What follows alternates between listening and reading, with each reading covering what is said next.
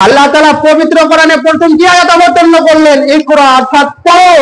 এই মুসলমান গণেরা, আজকে আমাদেরকে পড়তে হবে, আজকে আমাদেরকে ইলম অর্জন করতে হবে।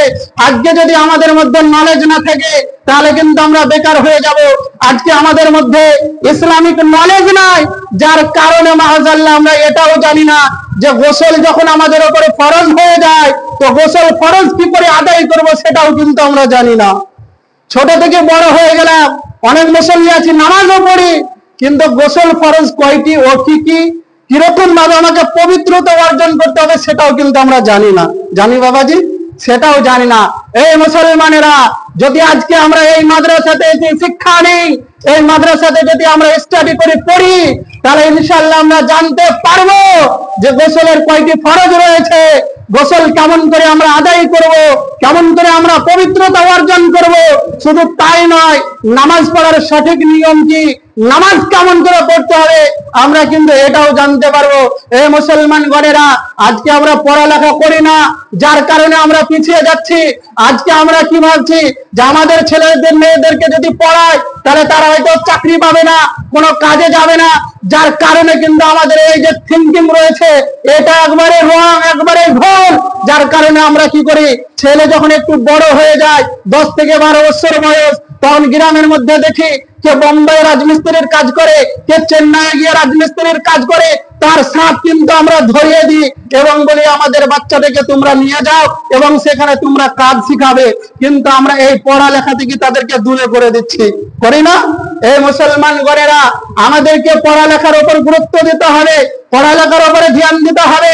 কারণ আমাদের নবী জনাবে মুহাম্মদ রাসূলুল্লাহ সাল্লাল্লাহু আলাইহি সাল্লাম উনি বলেছেন, সাহাবাগণদেরকে বলেছিলেন যে উতলুবুল ইলমা ওয়ালাউ বিসসিন, তোমরা ইলম অর্জন করো, এমনকি যদি তোমাদেরকে চীন দেশের মধ্যে যেতে হয় তবুও তোমরা ইলম অর্জন করো। কারণ যদি তোমাদের মধ্যে ইলম থাকে তাহলে তোমরা এটা জানবে যে মানুষের সঙ্গে কেমন করে আচরণ করতে হয়, মানুষের সঙ্গে কেমন ভাবে সাক্ষাৎ করতে হয়, মানুষের সঙ্গে কেমন ভাবে কথাবার্তা বলতে হয়।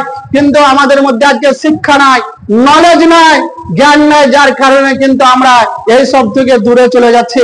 এই মুসলমানেরা, রাসূল কায়নাত সাল্লাল্লাহু আলাইহি সাল্লামের জামানায় এইরকম আজকে যেমন আমাদের মসজিদ মাদ্রাসা হয়ে যাচ্ছে গ্রামে গ্রামে, এইরকম কিন্তু সিস্টেম ছিল না। আলহামদুলিল্লাহ, রাসূল কায়নাত সাল্লাল্লাহু আলাইহি সাল্লামের জামানায় যদি কোন জায়গাতে রাসূল কায়নাত সাল্লাল্লাহু আলাইহি সাল্লাম দ্বীন ইসলামের আলোচনা করতেন, কোন জায়গাতে যদি হাদিস কোরআনের বাণী প্রচার করতেন, উনি কোন জায়গাতে যদি এরকম মাজমা করতেন, সাহাবাগণেরা নিজ নিজ কাজকর্মকে তেনারা ফেলে, কাজকর্মকে ছেড়ে দিয়ে ওনারা নবীর মাজমাতে, নবীর মাহফিলে এসে উপস্থিত হতেন। এই মুসলমানেরা, আজকে আপনাদের এলাকাতে গ্রামে গ্রামে মাদ্রাসা হয়ে যাচ্ছে, আপনাদের কর্তব্য এই নবীর ঘরে নিজের ছেলে মেয়েদেরকে যেন আমরা পৌঁছাতে পারি এবং যেন তারা দ্বীন ইসলামের জ্ঞান অর্জন করে এবং দ্বীন ইসলামের জ্ঞান অর্জন করার পরে যেন তারা সঠিকভাবে চলতে পারে, এইটুকু আমাদেরকে কিন্তু মাথায় রাখতে হবে।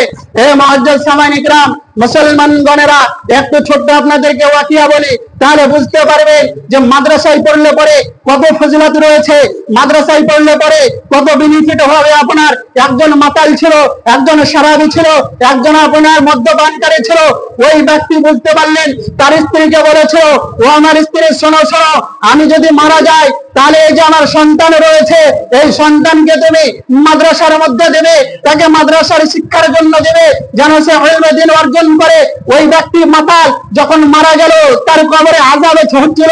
ওই ব্যক্তি দুনিয়াতে যে কর্ম করেছিল যার ফলে তার কবরে আযাব হচ্ছিল, কিন্তু যখন তার সন্তানকে তার স্ত্রী মাদ্রাসার সরজমিনে পৌঁছে দিল, তার সন্তান যখন মাদ্রাসার বুকে কোরআন খুলে আরবি বই যখন খুলে নিল, তার শিক্ষক যখন পড়াতে শুরু করে দিল, বলো বেটা আউযু বিল্লাহি মিনাশ শাইতানির রাজিম, বিসমিল্লাহির রহমানির রহিম, তার ছেলে যখন এই বিসমিল্লাহ বলে কোরআন পড়তে শুরু করে দিল, আরবি পড়তে শুরু করে দিল, আল্লাহ তাআলা বললেন ফারিস্তাকে, ও ফারিস্তা শোনো শোনো, এই যে ছেলে আমার নাম নিয়ে এই আরবি পড়তে শুরু করলো, আমাকে আল্লাহ বড় মনে করলো, আল্লাহ তুমি রহমান, তুমি গফুর, তুমি ক্ষমাকারী।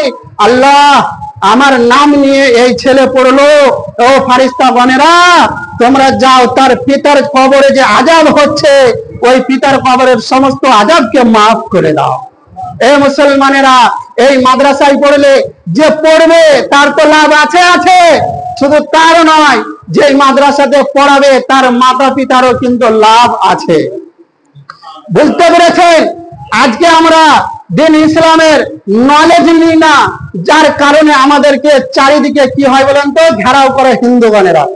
যেমন আপনাকে বলি, সোশ্যাল মিডিয়ার জামানায় তারা আমাদেরকে বলতে থাকে যে তোমরা আল্লাহ বলো, যে আল্লাহকে তোমরা দেখোনি, আল্লাহ কোনোদিন দুনিয়ায় আসেনি, আল্লাহর আকৃতি নাই, সে আল্লাহকে তোমরা কেমন করে সাজদা করো। কিন্তু আমাদের আম মুসলমান, যার মধ্যে বুঝতে পারলেন নলেজ নাই, জ্ঞান নাই, তারা কিন্তু বিভ্রান্তের মধ্যে পড়ে যাচ্ছে, আর তারা বলছে হ্যাঁ তো হতে পারে। তখন আমাদের মুসলমান যারা নামধারী মুসলমান তারা উত্তর দেয় কি জানেন তো, তারা বলে শোনো, আমরা আল্লাহ তাকেই বলি যাকে তোমরা রাম বলো, যাকে তোমরা রাম মেনে পূজা করো, তোমরা রাম বলো আর আমরা আল্লাহ বলি মাযাল্লাহ। এই মুসলমানের জ্ঞান নাই, যার কারণে সে কি বলে দিল যে তোমাদের যে রাম সে আমাদের রহিম, তোমাদের যে কৃষ্ণ সে আমাদের আল্লাহ। আচ্ছা বলেন তো, তাদের যে কৃষ্ণ সে কি আমাদের আল্লাহ? নাউজুবিল্লাহ, কোনোদিন হতে পারে না। যদি ওই মুসলমান এই মাদ্রাসার সরজমিনে এসে যদি পড়াশোনা করত, তার মধ্যে কোরআনের জ্ঞান থাকতো, আর ওই কোরআন যদি তার মধ্যে থাকতো, তাহলে ওই সঙ্গে সঙ্গে ওই ব্যক্তিদেরকে উত্তর দিয়ে বলতো, শোনো, আমাদের যে গ্রন্থ রয়েছে আল কোরআন রয়েছে, সেই কিতাবের মধ্যে আল্লাহ তাআলা বলে দিয়েছেন স্পষ্ট ভাবে যে কুল হুয়াল্লাহু আহাদ, যিনি আমাদের আল্লাহ তিনি এক।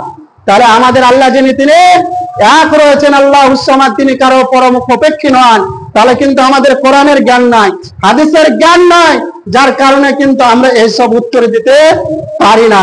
তাহলে যদি এইসব উত্তর দিতে আমরা চাই, এবং এই দুনিয়াকেও যদি আমরা ভালো করতে চাই, আখিরাতকেও যদি ভালো করতে চাই, তাহলে আমাদেরকে কি করতে হবে? কোরআন হাদিস পড়তে হবে। আর এই কোরআন হাদিস সঠিকভাবে পড়ার জন্য আপনাকে কোন জায়গায় যেতে হবে? এই মাদ্রাসাতেই আসতে হবে, তবেই আপনি সঠিকভাবে কোরআন হাদিসের জ্ঞান পাবেন। ঠিক না বাবাজি? তবেই আপনি পাবেন, নচেত কিন্তু কোরআন হাদিসের জ্ঞান সঠিকভাবে পাবেন না। আলহামদুলিল্লাহ, এই আমরুল গ্রামের মধ্যে একটি মহিলা মাদ্রাসা উদযাপিত হতে চলেছে। ইনশাআল্লাহ কিছু কয়েকদিনের মধ্যে কিন্তু এই মাদ্রাসার মধ্যে ছাত্রী আসবে এবং এখানে কিন্তু পড়াশোনা চালু হয়ে যাবে। দোয়া করি আল্লাহর কাছে, আল্লাহ যেন এই মাদ্রাসা ভালোভাবে চলে এবং যেন আমরা সকলে এই মাদ্রাসার প্রতি গুরুত্বপূর্ণ রাখি, এবং এই মাদ্রাসা যেন আল্লাহ তাআলা সঠিকভাবে চালিয়ে দিন ইসলামের যেন খিদমত নেয়, সেই তৌফিক আল্লাহ তাআলা দান করেন। সকলেই পড়ি আল্লাহুম্মা আমিন। ওয়া আখিরু দাওয়ানা আলহামদুলিল্লাহি রাব্বিল আলামিন। সকলে একবার পড়ি আস্তাগফিরুল্লাহ রাব্বি মিন কুল্লি যামবি ওয়া আতুবু ইলাইহি ওয়া লা হাওলা ওয়া লা কুওয়াতা ইল্লা বিল্লাহিল আলিয়্যিল আযীম। পেলা কালিমাত তাইয়্যিব লা ইলাহা ইল্লাল্লাহ মুহাম্মাদুর রাসূলুল্লাহ সাল্লাল্লাহু তাআলা আলাইহি ওয়াসাল্লাম।